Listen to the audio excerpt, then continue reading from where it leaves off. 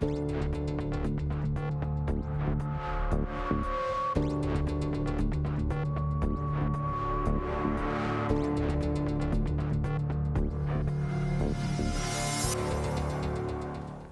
to Tough Talk. I'm your host, Paul Taros, and today my guest is Bob Carr, who's running for the Republican nomination for U.S. Senate. Bob grew up as a ward of the state of Michigan. He has been involved in community development and historic preservation projects throughout Michigan. Welcome, Bob. Glad to be here. Been looking forward to 2 months, I think. We've been booked up. That's right. We booked you a long time ago. How did you become a ward of the state?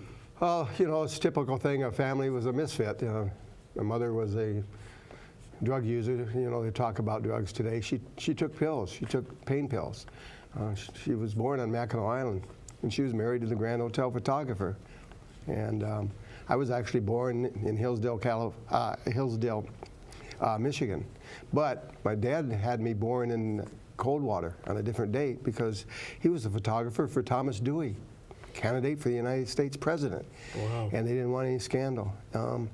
So when I was 9 months old, the state went in and saw that I couldn't even sit up and took us and put us in a foster home. They had a new agency called Michigan Children's Aid Society, which I believe the Child and Family Services now is. It was located in St. Joe, Michigan, and we were put into foster homes. In my case, my dad didn't want us adopted, so I moved from pillar to post. I can count 22 that I can remember. So when I was young, there are probably some that I don't. But one family stuck, and that was the Carr family. And I was able to come and go with them until I got into boarding high school for kids that could go and work and earn their way, and that went on. It's quite an interesting thing. I don't recommend it for anybody. I had a sister. She also went into foster homes, went into boarding high school as well, different than my boarding high school.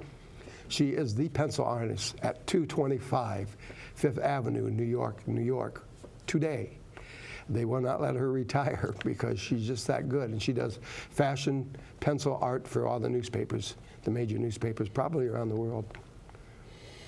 So once you graduated high school, what did you do? Went to college. Where did you go to college? And so I was in a boarding high school, and this car drove up. I was just getting off the garbage truck. I operated a garbage truck. I worked on the farms. I worked in the garage. I learned to paint. I was 14, 15, 16 years old. And it was Mom and Dad Carr. And they said, if you go to Loma Linda University, we will move there. And then we can see each other every day. And that's exactly what I did, and that's what they did. So I went to Loma Linda University, a big medical school. However, it had an undergrad program. And there was a 80-something-year-old fantastic political science teacher. And so I took all 8 of his courses. And I also took a communications major. I worked at the local radio station. It so happened in my era, Nixon became president. He opened up a Western White House. I started hanging around. And they eventually said, all right, you're here anyway. We'll give you a White House press pass. And I kept that. And I kept it when I went to Washington, D.C., and I learned from the best journalists, Helen Thomas, you know, the first great lady journalist. People, of course, know Dan Rather, Bob Pierpoint, Herb Kaplow, Eric Severide. And so there you go. Life takes its turns, don't it? So your foster parents and I wasn't their family. It's the most amazing story. That is. But I refused to give up on them. And actually, this is stuff I haven't told anybody. I was in a foster home in Holton, Michigan. I was going to school. I got a picture of a little kid with all the class. Bang, the door was kicked in. My sister and I were grabbed. We were thrown in a car. We ended up in downtown Chicago. I ended up with my mother and went to jail with her 3 times that I can remember. Her on one side of the bars, mine on the other, because she just took any pill she could take, and she did these crazy things. And one day the Carrs showed up. I don't know how they found us, but it took the state of Michigan a year and a half to get us back out of Chicago. And we were just talking, my wife was doing a radio show yesterday about education. She was telling the story about I went to court, and my mother drugged me up, and as I look back, there's Mom and Dad Carr sitting in a bench at the back of the courtroom. The state is the plaintiff, wanting to get control of Bob, and so the discussion was I going to go with my father, with my mother, my grandmother, the Carrs, who it was? Well, my mother drugged me up to the front, and there we sat. And the court's going on, and it's a typical court. They're discussing who's better to take care of Bob and Denny. My mother let go of my arm. I jumped out, ran back, and jumped in Mom and Dad Carr's lap. That was the end of the court hearing. But I can't imagine what the state of Michigan had to go through to find me, because I went to 5 schools I can remember, which I believe means that they had enough money to move into an apartment, and then they'd get evicted, is the way I have it figured, because we kept moving.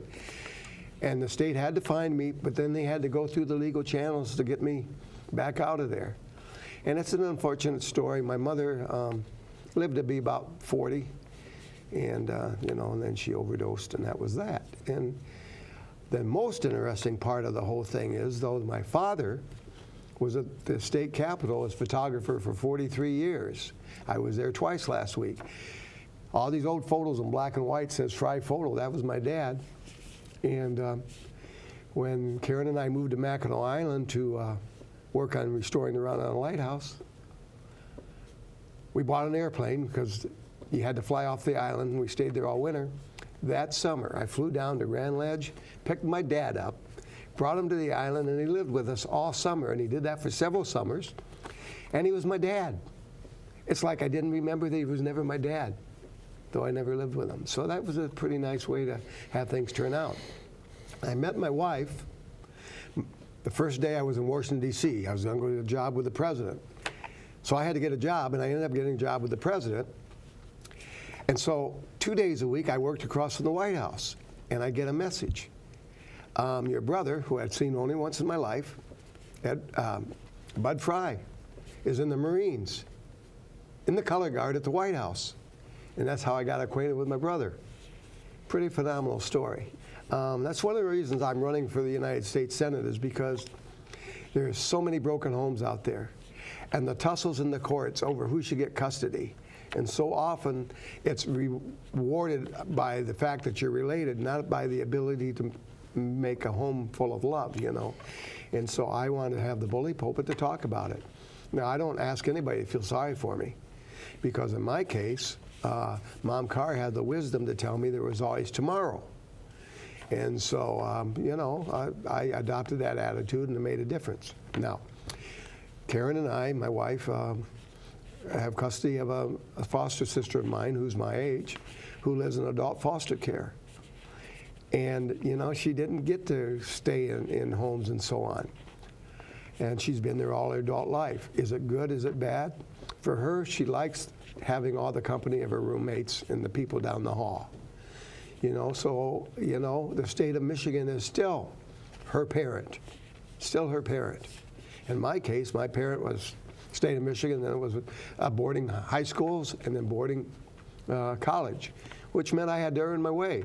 So I worked my tail off, and right now when I'm running for the United States Senate, it's working to my advantage, because there's a campaign with farmers to put Bob Carr in the United States Agriculture Committee.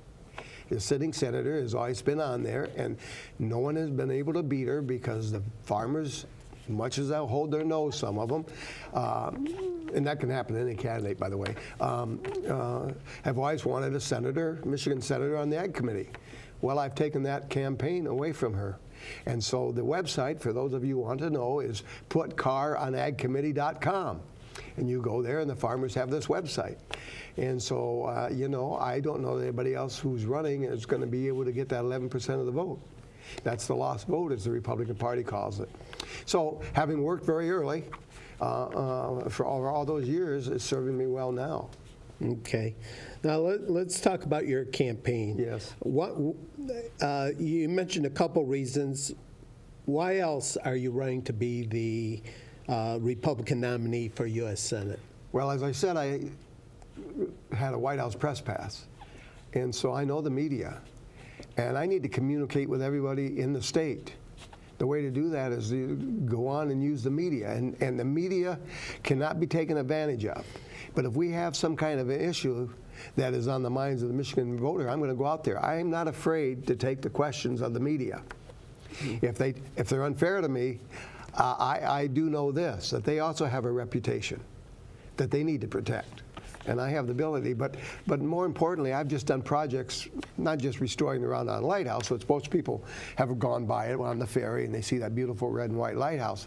That had a huge hole in it and it hadn't been painted since 1948 when I arrived on Mackinac Island and threw a fit because nobody was doing anything. And I've done projects all over the state of Michigan, historic projects, saved small buildings, big buildings, railroad cars, ships, you name it. And I have learned to consider communities 10 blocks.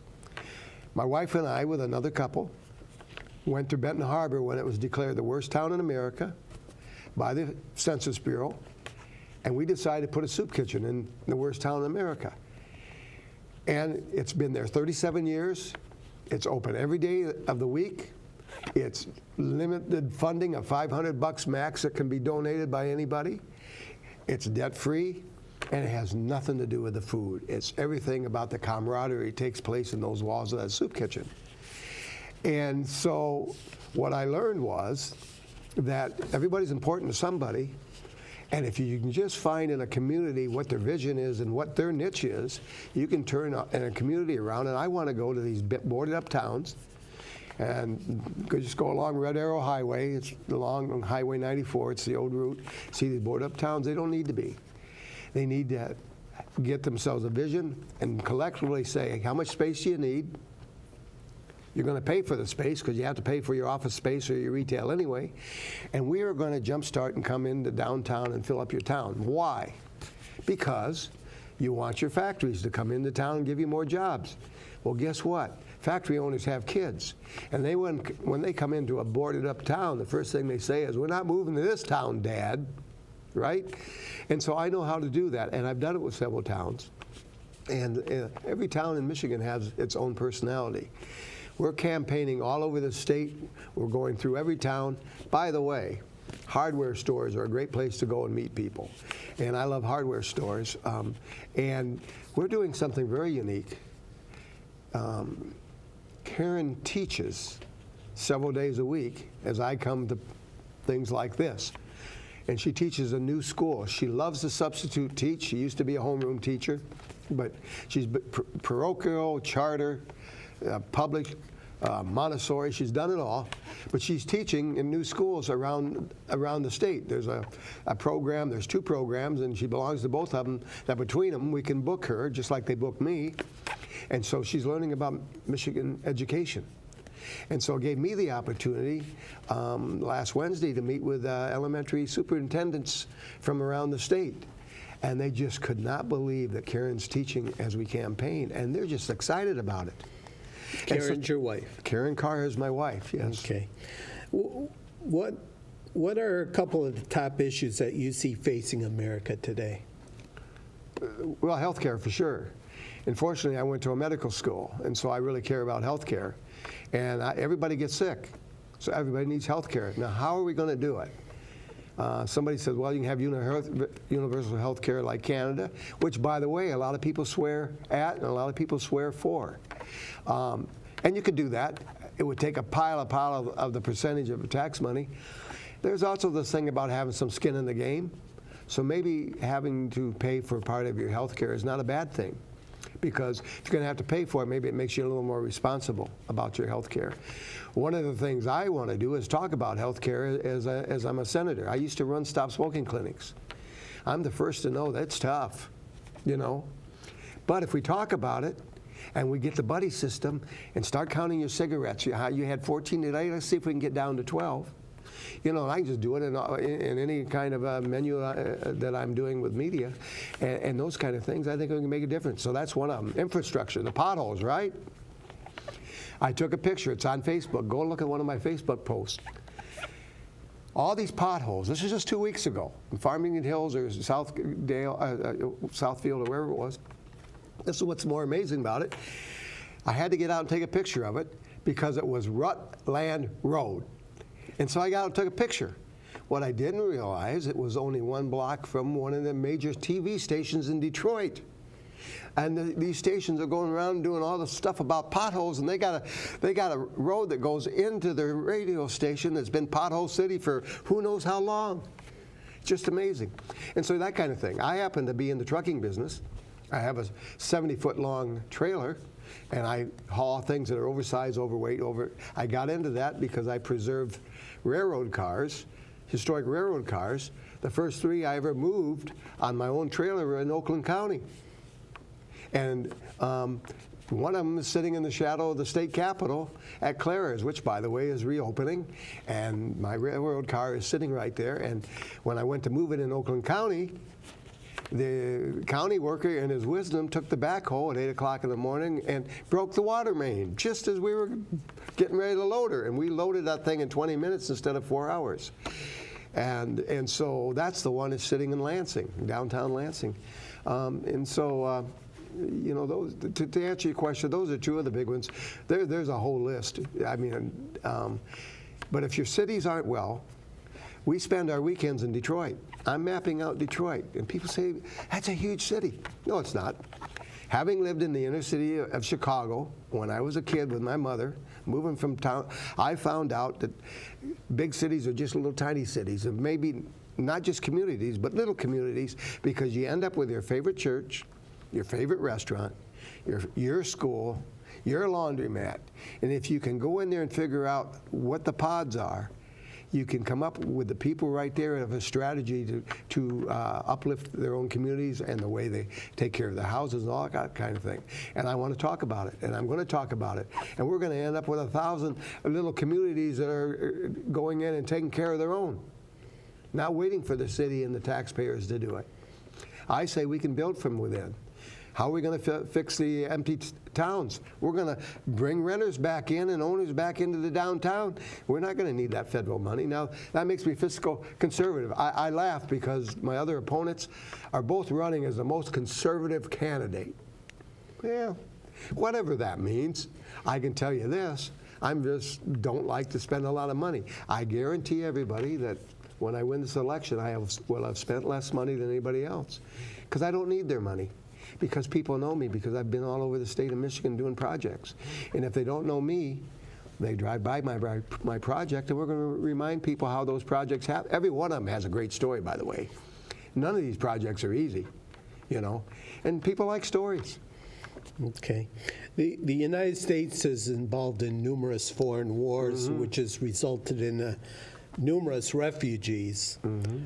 What do you think we should do with these refugees?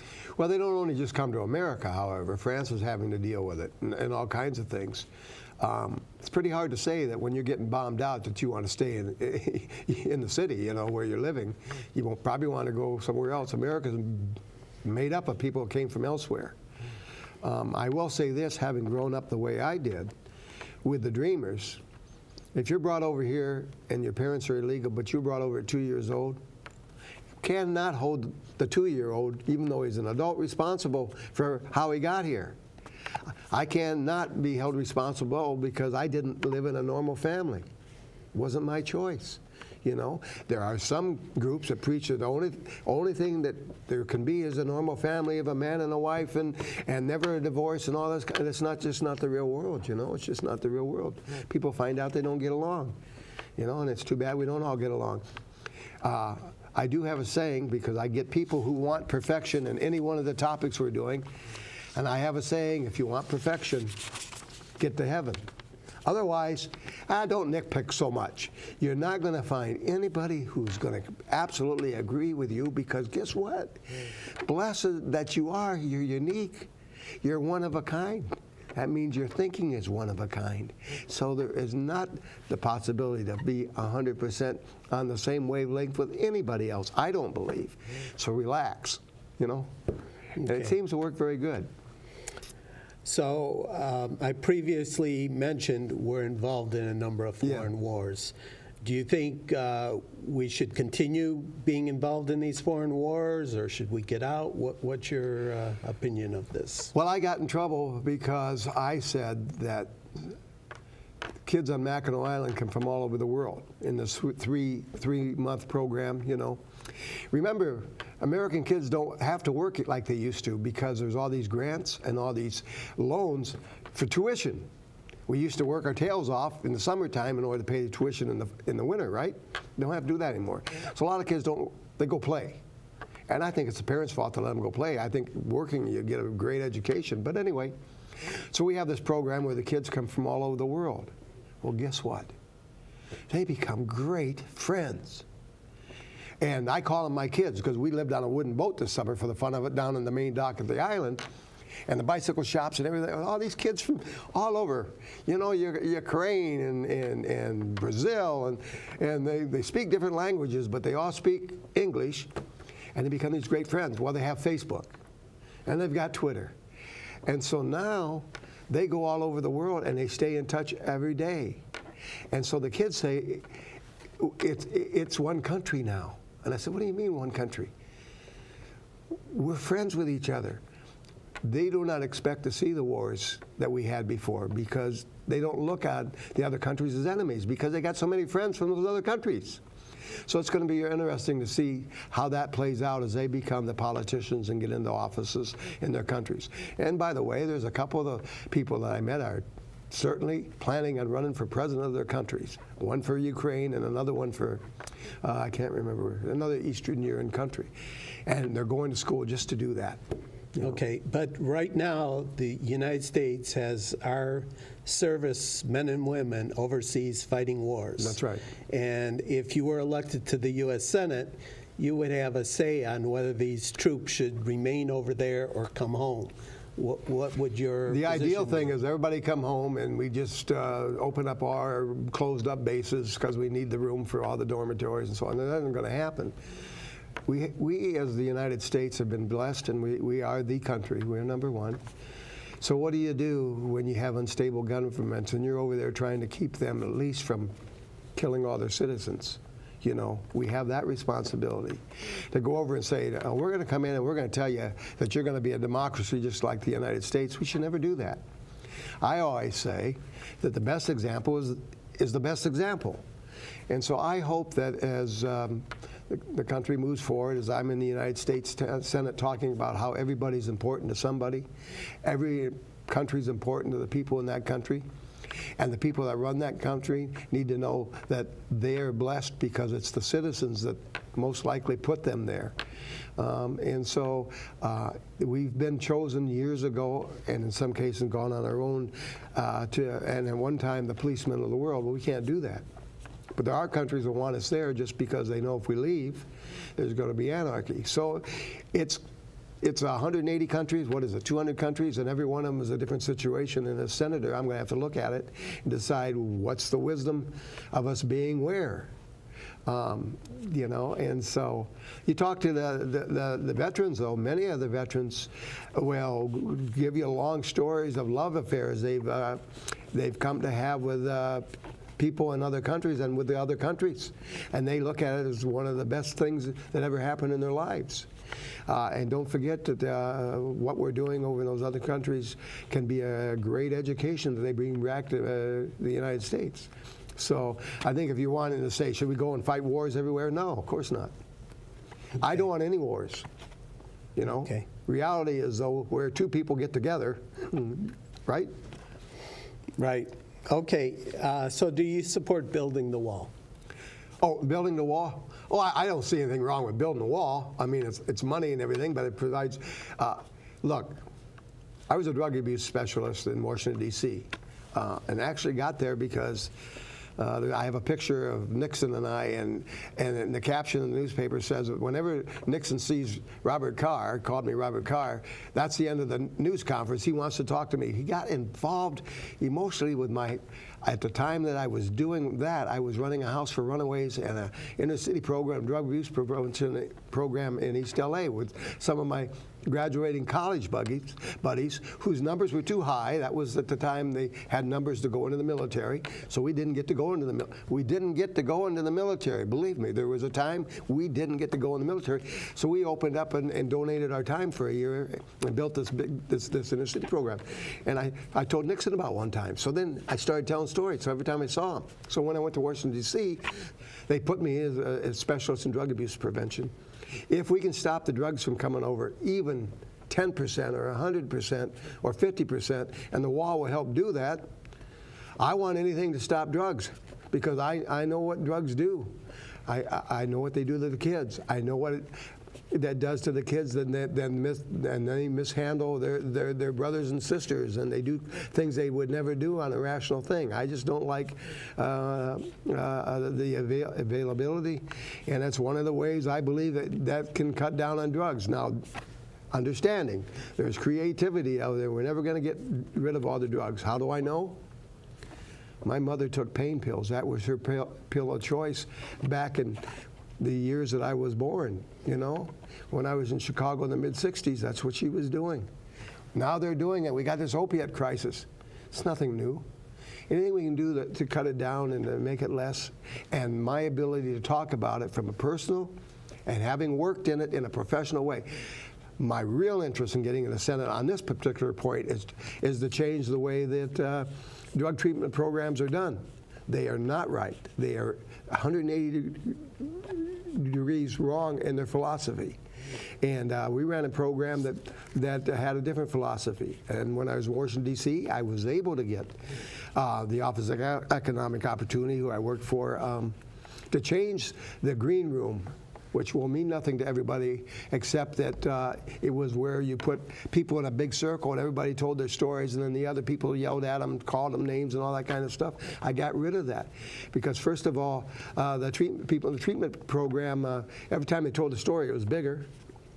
And then the other people called them dummies, and that didn't do anything for their ego and that kind of thing. When you put somebody in a treatment program, you don't allow them to have all the other vices. Okay. Well, let me interrupt. We have 1 minute left. Right. I want to ask you this question. Do you consider Edward Snowden a hero or a traitor? Oh, I haven't ever been asked that question. Freedom of the press, all that kind of thing. I don't have an answer for that. I hadn't thought about it. And why did you ask that? Of all the questions that end up my show, why would you ask me that? Well, I'm asking because personally, I'm very against the NSA collecting data and storing all of our electronic data, our emails and phone records anywhere. And Edward Snowden revealed this to the public. And personally, I consider him a hero. And I just wanted to get your thought of. Well, we have a right to privacy for sure. And if anybody's getting into your privacy. Now, in my case, I like to have the cell phone tell where I am. Because but tell the government or tell you? Anybody wants to see it. Because I can say I was there, I was not there. And when you're running for office, that might be a good thing. You know, this is a dirty business. I'm not a dirty guy. I will not go negative, and I'm known for that. So I tell people, yeah, I want the cell phone to know where I am at all times. Okay. That's a comfort thing for me. Now, does that make any sense to anybody else? I don't know. Okay. Well, with that, I'm going to have to wrap it up, but I wish you much luck. The website is electbobcarr.com. Go have fun on it. Facebook is Bob Carr, Senator or Senate or something like that. Read my posts. I try to do one every day or two, and it's always got photographs in it. And the photographs are fun. Look at the one I put on today about a train show. It's pretty fun. Okay. Thank you. Thank you, Bob.